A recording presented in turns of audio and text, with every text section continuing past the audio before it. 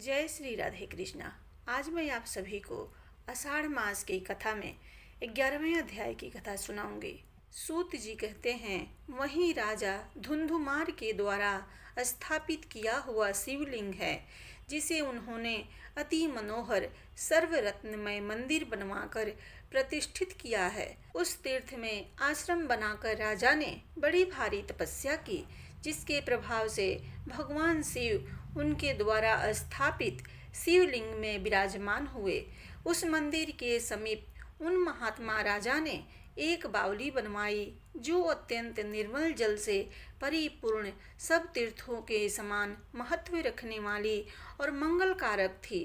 राजा धुंधुमार सूर्यवंश में उत्पन्न हुए थे। वे बृहदस्व के पुत्र थे। उन्होंने मरु प्रदेश के जंगल में निवास करने वाले धुंधु नामक महादैत्य को मारा था।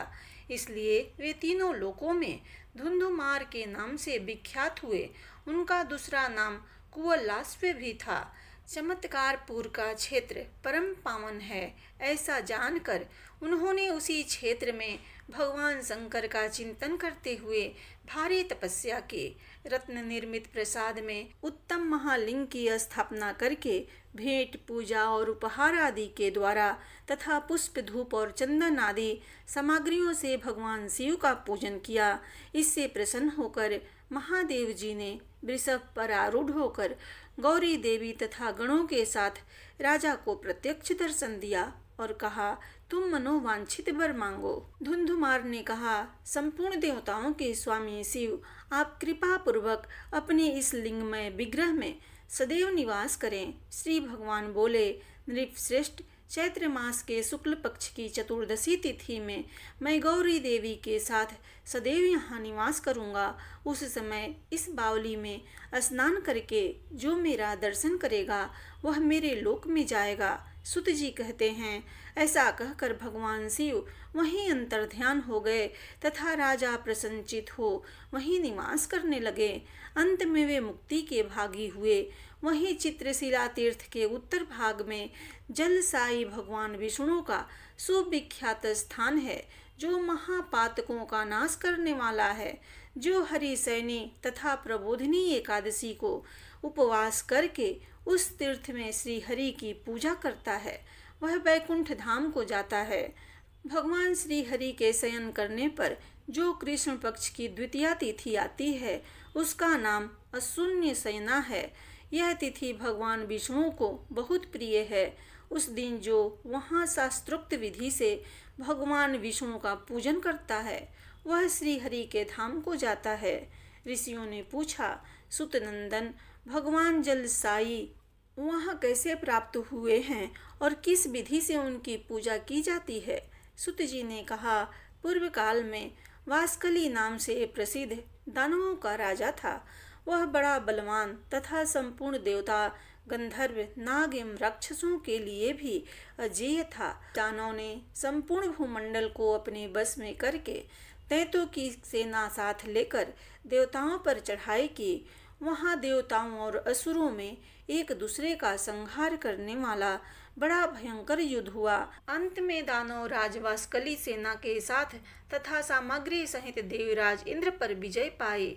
तब इंद्र ने देवताओं के साथ स्वर्ग का सिंहासन छोड़कर श्वेतद्वीप निवासी भगवान विष्णु की शरण ली, जहाँ शेषनाग की शैया पर श्री हरि योग निद्रा को स्वीकार करके शयन करते हैं और देवी लक्ष्मी उनके युगल चरणारविंदों की सेवा में संलग्न रहती है।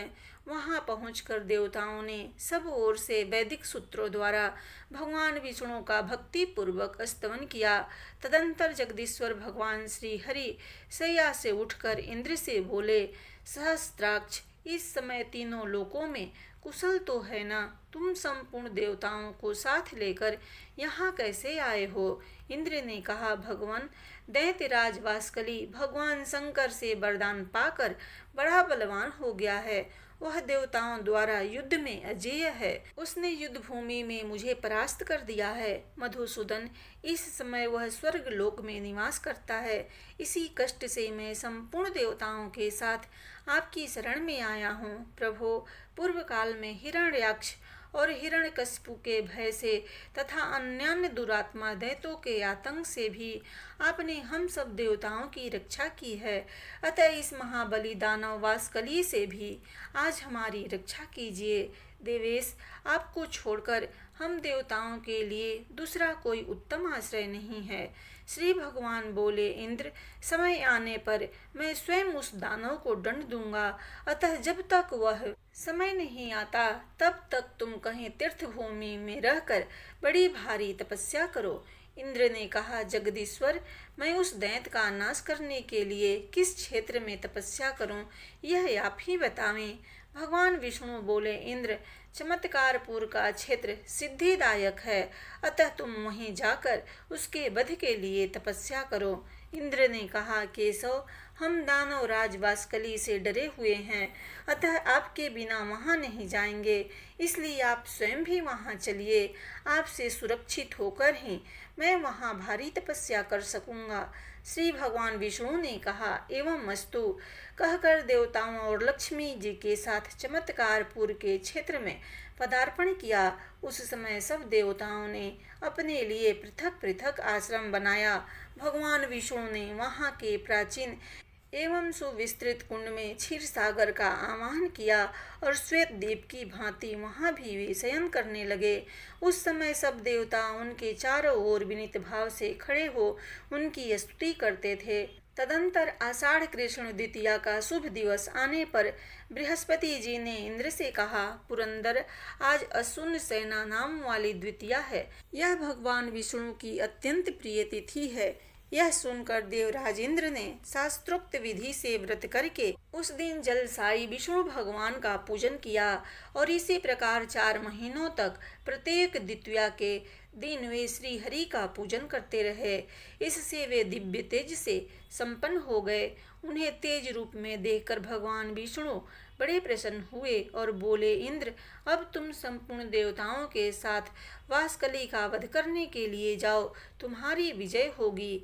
देव शत्रुओं को मारने के लिए मेरा यह सुदर्शन चक्र भी तुम्हारे साथ जाएगा। ऐसा कहकर श्री हरि ने दानवेंद्र का वध करने के लिए इंद्र के साथ अपने सुदर्शन चक्र को भी भेजा। इंद्र ने उस चक्र के साथ जाकर युद्ध में संपूर्ण दानवों का संहार कर डाला।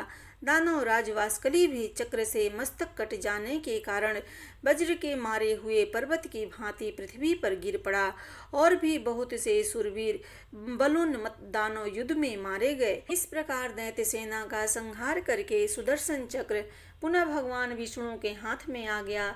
वे इंद्र आदि देवता भी निर्भय होकर पुनः भगवान विष्णु के समीप आए और उन्हें प्रणाम करके बोले, देवेश, आपके प्रभाव से हमारे सब शत्रु मारे गए और त्रिलोकी कंठराज फिर हमें प्राप्त हो गया। अब हमारे लिए सदैव कल्याण करने वाला तथा हमारे शत्रुओं को भय पहुँचाने वाला जो कर्तव्य हो उसका उपदेश कीजिए। श्री भगवान ने कहा, मुझे तो संपूर्ण लोगों का हित करने के लिए पवित्र जल से भरे हुए इस कुंड में अब सदैव निवास करना है। अतः तुम्हें प्रतिवर्ष यहाँ आकर यत्न पूर्वक चतुर्मास में होने वाले अशून्य शयन व्रत का पालन करना चाहिए, जिससे तुम्हारे शत्रु होंगे ही नहीं, दूसरा भी जो मनुष्य भक्ति पूर्वक यहाँ आकर मेरी पूजा करेगा वह साधु पुरुषों के लोक को प्राप्त होगा। इंद्र, अब तुम स्वर्ग में जाकर राज करो। जब फिर आवश्यकता हो तब यहीं आकर मुझसे मिलना। सूत जी कहते हैं, तदंतर भगवान विष्णु को प्रणाम करके इंद्र चले गए और भगवान लोक हित के लिए वहीं रहने लगे।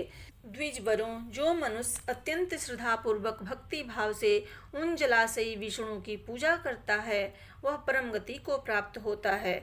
सब देवताओं ने मिलकर वहाँ द्वार का निर्माण की है।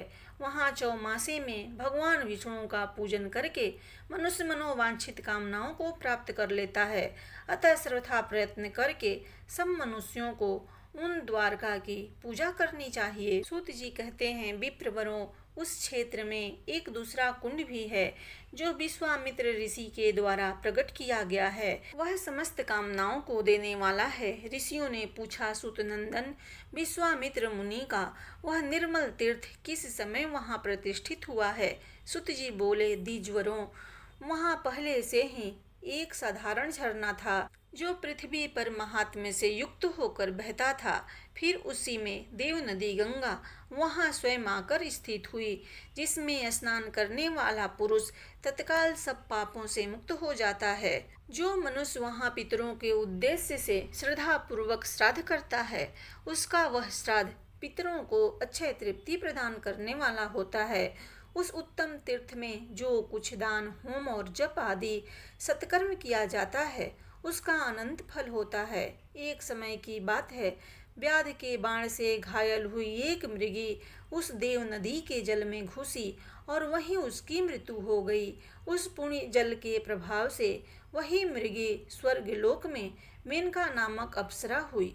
वह अप्सरा उस तीर्थ के प्रभाव का स्मरण करती हुई चैत्र शुक्ल तृतीया को रविवार और भरणी नक्षत्र का योग होने पर सदा वहां आकर स्नान किया करती थी। किसी समय वैसा ही योग आने पर मुनीश्वर विश्वामित्र भी कहीं से घूमते हुए उस तीर्थ में आ गए।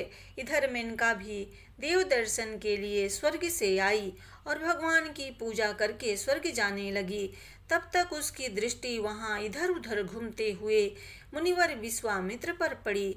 उन्हें देखते ही मेनका काम के अधीन हो गई और शीघ्रता पूर्वक उनके समीप गई।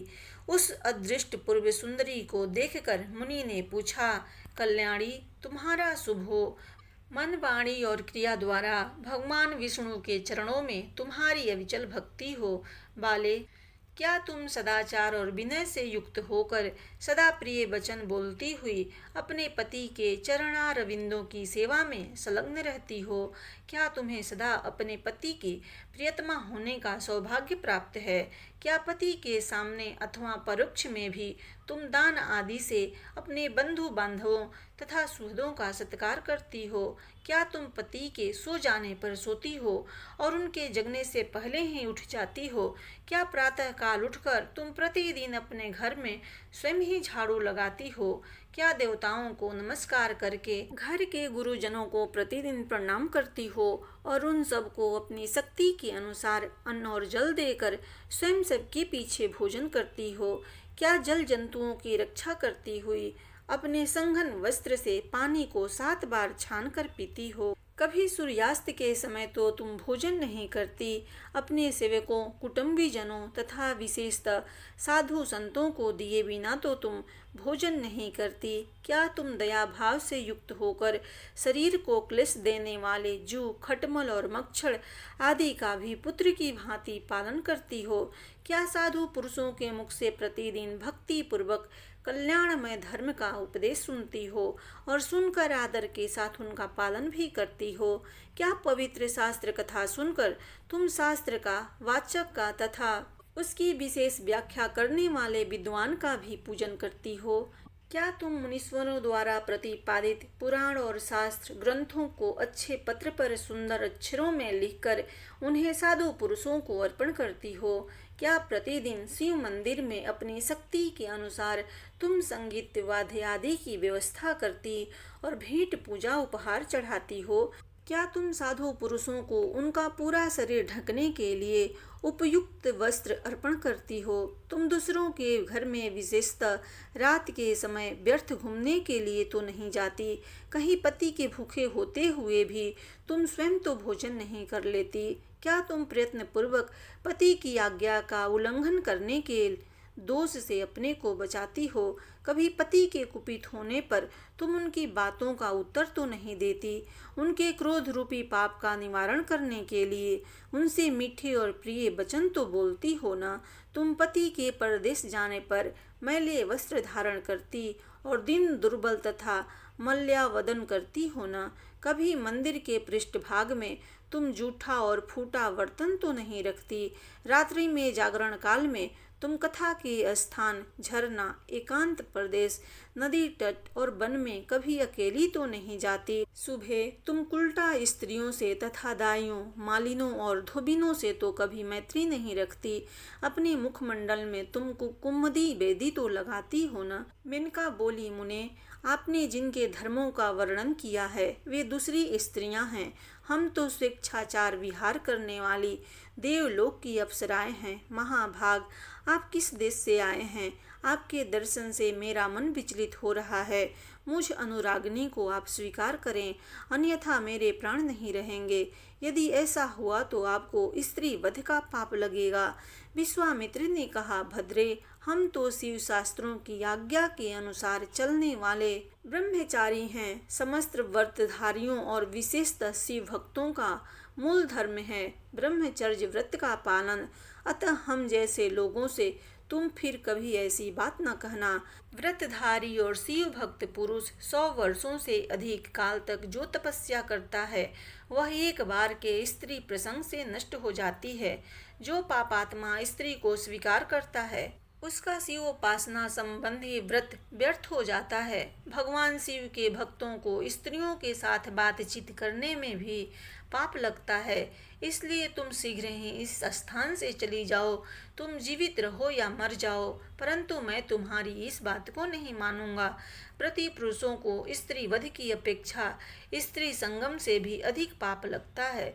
स्त्री वध करने पर तो व्रती पुरुषों के लिए विद्वानों ने प्रायश्चित बतलाया है, परंतु उनके संगम से जो दोष होता है उसका कोई प्रायश्चित ही नहीं कहा है। इसलिए तुमको यहाँ से चले जाना चाहिए। केवल व्रती पुरुषों को ही स्त्री संगम से पाप लगता है, ऐसी बात नहीं है। जो व्रत से बाह्य है ऐसे मनुष्य भी स्त्रियों में आसक्त होने पर नीचे गिर जाते हैं। अतः समागम की बात तो दूर रहे। जो बुद्धिमान अपना कल्याण चाहे वह स्त्रियों के साथ वार्तालाप भी न करें। सुत जी कहते हैं, विश्वामित्र जी की यह बात सुनकर क्रोध में भरी हुई मेनका ने उन्हें श्राप दिया। ओ दुर्मते, मैं तुम्हारे प्रति अनुरक्त थी, फिर भी तुमने मेरा त्याग किया है। इसलिए आज ही तुम वृद्धा अवस्था से जर्जर शरीर वाले हो जाओ। तुम्हारे बाल सफेद हो जाएं और शरीर में झुर्रियां पड़ जाएं। उसके ऐसा कहने पर मुनि श्रेष्ठ विश्वामित्र उसी क्षण वैसे ही हो गए। तब वे भी कमंडलू से जल लेकर उसे श्राप देने को उद्धत हुए और इस प्रकार बोले, ओ नीच, तुमने निर्दोष होने पर भी मुझे श्राप दिया है, इसलिए तुम भी शीघ्र ही जरा अवस्था से जर्जर अंग वाली हो जाओ। ऋषि के वचन से वह भी तत्काल वैसी ही हो गई। उस वृद्ध शरीर से मेनका ने पुनः जाकर वहां के जलाशय में स्नान किया। स्नान करते ही वह पुनः पूर्वतः रूप लावण्य से संपन्न हो गई। यह महान आश्चर्य की बात देखकर ऋषि विश्वामित्र ने भी तुरंत वहां जाकर स्नान किया और वे भी पूर्वतः हो गए।